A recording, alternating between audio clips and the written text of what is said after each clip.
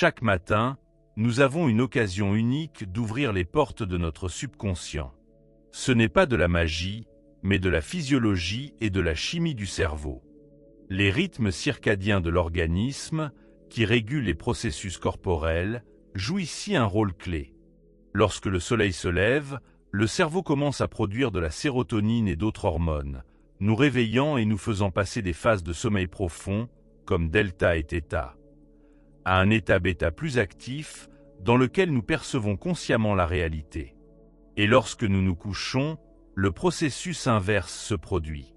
Si nous nous laissons aller à l'inquiétude ou à des pensées qui nous empêchent de nous calmer, nous restons au niveau de l'activité bêta, ce qui nous empêche de nous détendre et de nous reposer.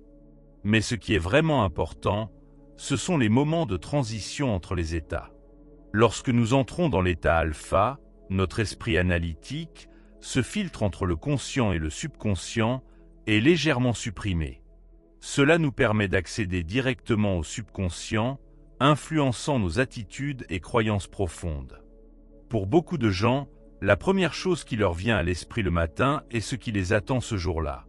Problèmes, tâches, conversations avec des collègues et des proches.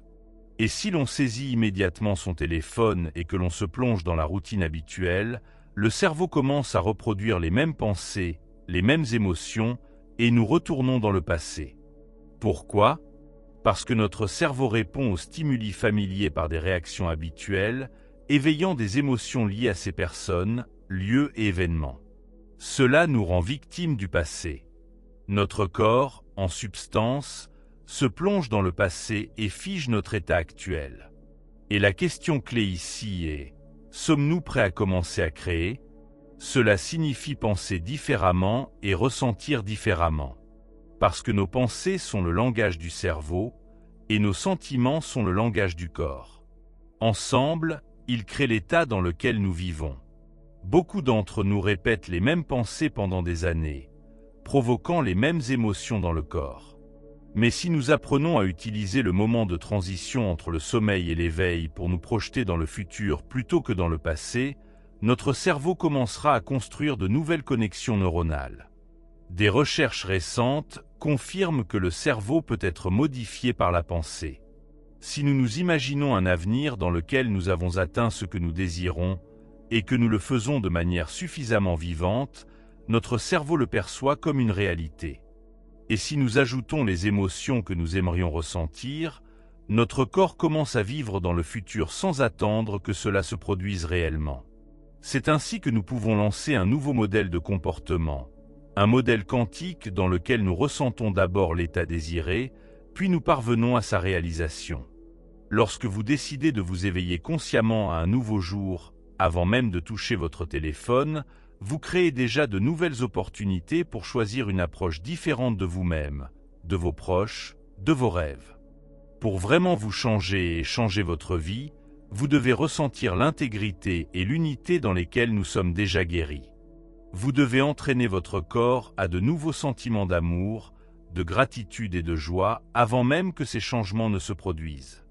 Lorsque vous vivez sincèrement ces sentiments, même s'ils ne sont encore que dans votre imagination, votre subconscient commence à croire que l'avenir est déjà arrivé. Alors votre cerveau et votre corps envoient des signaux complètement nouveaux, capables de changer votre biologie, faisant de vous une nouvelle personne vivant non plus dans le passé, mais dans le futur. La majeure partie de notre journée est une répétition des mêmes pensées que la veille. Et les mêmes pensées mènent aux mêmes actions, ces actions aux mêmes émotions habituelles, et ainsi de suite en cercle. En fait, selon les recherches, environ 95% de ce que nous faisons se fait en pilote automatique, à partir de programmes subconscients que nous avons renforcés en nous pendant longtemps. Il est donc important d'apprendre à dépasser l'ancien moi et à reprogrammer son subconscient. Donc, si votre personnalité est la façon dont vous pensez, agissez et ressentez, et si la personnalité crée votre réalité, pour créer une nouvelle réalité, vous devez renouveler votre personnalité, vous changer. Et cela signifie que le processus de changement ne nécessite pas seulement de nouvelles pensées, mais aussi de nouvelles habitudes, actions et états. Pendant la méditation, vous pouvez vous poser la question: Qui est-ce que je veux être quand j'ouvrirai les yeux? Quelle sera ma meilleure manifestation? Ouvrez en vous la possibilité de penser différemment. Dites-vous que vous ne voulez plus penser que c'est impossible ou que rien ne fonctionnera. Remarquez les pensées qui ne vous servent plus et remplacez-les consciemment par celles qui reflètent votre nouveau moi. La méditation n'est pas seulement de la relaxation, c'est une immersion dans un nouvel état d'esprit et de corps dans lequel nous devenons particulièrement attentifs à nos programmes subconscients. En méditant, vous distinguez les pensées et les sentiments de l'extérieur et décidez lesquels laisser dans le passé et lesquels commencer à intégrer dans votre nouveau moi. À partir de ce moment, votre cerveau commence à créer de nouvelles connexions neuronales correspondant à l'avenir et non au passé. C'est un processus progressif de désapprentissage et d'apprentissage. Vous devez vous désapprendre les habitudes de l'ancien moi et vous apprendre de nouveaux états de conscience, ressentir la joie, la gratitude et l'amour avant même que la vie ne change. Votre cerveau cessera de reproduire les anciens programmes. Vous devenez vous-même la source du changement. Vous cessez de dépendre des conditions extérieures et vous apprenez à vivre selon un nouveau modèle, en créant le changement de l'intérieur. Certaines personnes disent « Oh, je peux changer ». Mais le vrai changement vient quand vous n'attendez plus de résultats et que vous commencez à travailler sur vous-même en vous investissant pleinement dans ce processus. Lorsque vous cessez d'être un spectateur de votre vie et que vous entrez sur le terrain, vous comprenez que le seul chemin vers la guérison est le changement intérieur. Vous commencez à ressentir de la gratitude et des changements commencent à se manifester dans votre vie. Nous nous posons souvent la question « Pourquoi ne suis-je toujours pas guéri ? Qu'est-ce que je fais de mal ?» Et c'est cette question qui devient le début d'un profond travail intérieur. Lorsque vous prenez conscience de votre moment présent, lorsque vous commencez à vous interroger sur vos pensées et vos actions au cours de la journée, votre cerveau active la région frontale où commence le travail conscient sur soi. C'est comme activer un observateur intérieur qui vous aide à dépasser les programmes habituels. Il est important de comprendre que notre cerveau apprend constamment de ses erreurs et des événements inattendus. Beaucoup de gens pensent que s'ils retombent dans l'ancienne routine, leurs efforts sont vains. Mais chaque prise de conscience d'un moment où vous étiez en pilote automatique est un pas en arrière. Vous ne revenez pas en arrière si vous vous surprenez à faire une habitude. Au contraire, la prise de conscience de votre inconscience vous sort du programme. Le vrai travail commence au moment où vous remarquez que vous êtes de nouveau plongé dans d'anciennes réactions habituelles et que vous décidez « La prochaine fois, je choisirai une autre réponse ». Ce sont ces décisions conscientes qui activent le processus d'évolution. Vous commencez à changer non pas pour quelqu'un d'autre, mais pour votre propre santé, pour vous libérer des réactions émotionnelles et mentales qui affaiblissent le corps et vous limitent. C'est cela l'évolution, la capacité de choisir consciemment son état malgré les circonstances extérieures. Pour un changement profond, la discipline et une grande conscience sont nécessaires, car une partie significative de nos pensées, actions et émotions est automatisée. Jour après jour, nous créons les mêmes réactions habituelles, et par conséquent, nous restons dans les limites de la même réalité. Dans cet état cyclique, notre cerveau et nos hormones continuent de fonctionner selon un schéma familier. Mais si nous commençons à apporter de la conscience, le corps s'adaptera progressivement aux nouveaux modèles de comportement et de perception. Le vrai travail commence au moment où vous choisissez consciemment comment penser et ressentir. Vous pouvez vous poser la question « Qui est-ce que je veux devenir quand j'ouvrirai les yeux ? Quelle est la meilleure version de moi-même que je peux être ?» En remplaçant les réactions automatiques par un choix conscient, vous créez une nouvelle réalité. Beaucoup de gens attendent les crises pour commencer à changer, mais il n'est pas nécessaire d'atteindre des points critiques. La conscience est la clé du changement. Plus vous remarquez souvent vos habitudes automatiques, mieux vous comprenez vos pensées et vos réactions émotionnelles, plus il y a de conscience dans votre vie. C'est ainsi que commence le processus d'apprentissage d'un nouvel état. Un état où vous créez consciemment votre avenir au lieu de reproduire inconsciemment votre passé. Chaque moment de conscience est un pas important vers une nouvelle vie. En commençant à méditer, beaucoup de gens pensent que c'est le signe d'une mauvaise pratique. Cependant, en réalité, c'est un signe certain que vous commencez à remarquer les pensées et les émotions qui auparavant vous échappaient. Vous enregistrez les réactions automatiques qui vous contrôlaient jusqu'à présent, et c'est le premier pas vers le changement. Lorsque vous décidez de vous changer, l'environnement peut programmer nos réactions et notre comportement.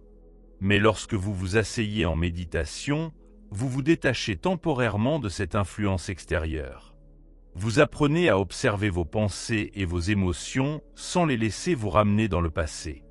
C'est la force de la méditation, la capacité de vous ramener au moment présent, à un état conscient où commence la création d'un nouveau vous. Vous pouvez vous poser la question: comment serait ma pensée si j'avais déjà atteint mes objectifs? Formulez cette pensée, écrivez-la et commencez chaque jour à remplacer les anciens schémas par de nouveaux. Imaginez comment vous vous comportez, comment vous pensez et agissez si vous avez déjà atteint ce que vous désirez. En répétant cette pratique mentale, vous commencerez à former de nouvelles connexions neuronales, et votre cerveau cessera de se focaliser sur le passé et, au lieu de cela, sera prêt pour l'avenir. Une telle répétition crée un nouveau programme interne. Vous commencerez à vous comporter comme si vous étiez déjà dans une nouvelle réalité. Ce processus modifie votre cerveau, créant en lui l'impression que l'expérience a déjà eu lieu, et votre comportement commencera à refléter cette nouvelle réalité. Progressivement, toute votre respiration, vos sensations changeront. Il est important de comprendre qu'une croyance n'est rien d'autre que des pensées répétées encore et encore. Elles sont renforcées par des réactions émotionnelles et finalement deviennent une partie de notre programme automatique. Notre environnement et nos expériences précédentes façonnent souvent ces croyances, créant des limites difficiles à surmonter. Mais lorsque vous choisissez consciemment vos pensées et que vous y mettez de l'émotion, vous créez une humeur positive qui forme un nouvel état constructif. Ce nouvel état se transforme avec le temps en croyance solide et votre vie commence à changer. N'oubliez pas que le chemin vers le changement de votre réalité commence par le travail sur soi. Plus vous devenez conscient, plus il vous est facile de réécrire votre programme interne et de créer une nouvelle personnalité. Lorsque vous avez une pensée et que vous l'imprégnez des émotions correspondantes, votre cerveau l'accepte comme un fait, et avec le temps, la pensée se transforme en une croyance gravée dans le subconscient. C'est ainsi que nous créons nos représentations du monde et que nous éditons la réalité. La plupart des gens voient le monde non pas tel qu'il est, mais tel qu'ils se le représentent, basé sur les souvenirs passés. Les gens et les événements ne sont plus perçus tels qu'ils sont réellement. Nous ne voyons que l'image que nous nous en sommes faites. Pour changer vos croyances, surtout si elles sont enracinées dans la douleur et la perte, vous devez créer une nouvelle histoire de l'avenir qui sera plus forte que l'histoire du passé. Cette transition exige des émotions comparables à la force de l'expérience négative du passé. Vous devez entrer dans votre futur pour que le corps accepte cet état comme s'il était déjà arrivé. Plus les émotions sont fortes au moment de la décision de changer, plus votre intention sera ferme. Pour consolider une nouvelle croyance sur soi-même et sur la vie, on peut utiliser ce qu'on appelle un saut quantique. La combinaison d'une intention ferme avec des émotions vives pour se souvenir de son futur comme si c'était déjà arrivé. Cela change votre énergie, et alors votre réalité commence à refléter votre nouvel état d'esprit intérieur. Si vous ressentez un manque constant, un manque de quelque chose dans votre vie, il est important de réaliser que vous avez créé ce déficit par votre pensée. L'atteinte de l'abondance nécessitera des changements dans votre personnalité, l'abandon d'anciennes attitudes telles que le jugement, le sentiment d'indignité ou le besoin. La vraie liberté ne réside pas dans l'argent ou le succès, mais dans l'atteinte de l'intégrité, cet état où vous n'avez plus rien à désirer parce que tout est déjà en vous. L'état d'intégrité permet de profiter pleinement de la vie et d'éprouver une profonde satisfaction des choses simples. Et finalement, c'est à cela que chacun aspire, à la liberté, à la possibilité d'être heureux indépendamment des circonstances extérieures. Le modèle quantique de la réalité montre que nos pensées peuvent influencer le monde, et cela se produit lorsque l'esprit et le corps sont synchronisés. Lorsque nous vivons en accord avec un nouveau programme interne, nous entrons progressivement dans un état d'être où l'esprit et les sentiments travaillent en harmonie, et les événements autour de nous semblent confirmer notre nouvelle réalité.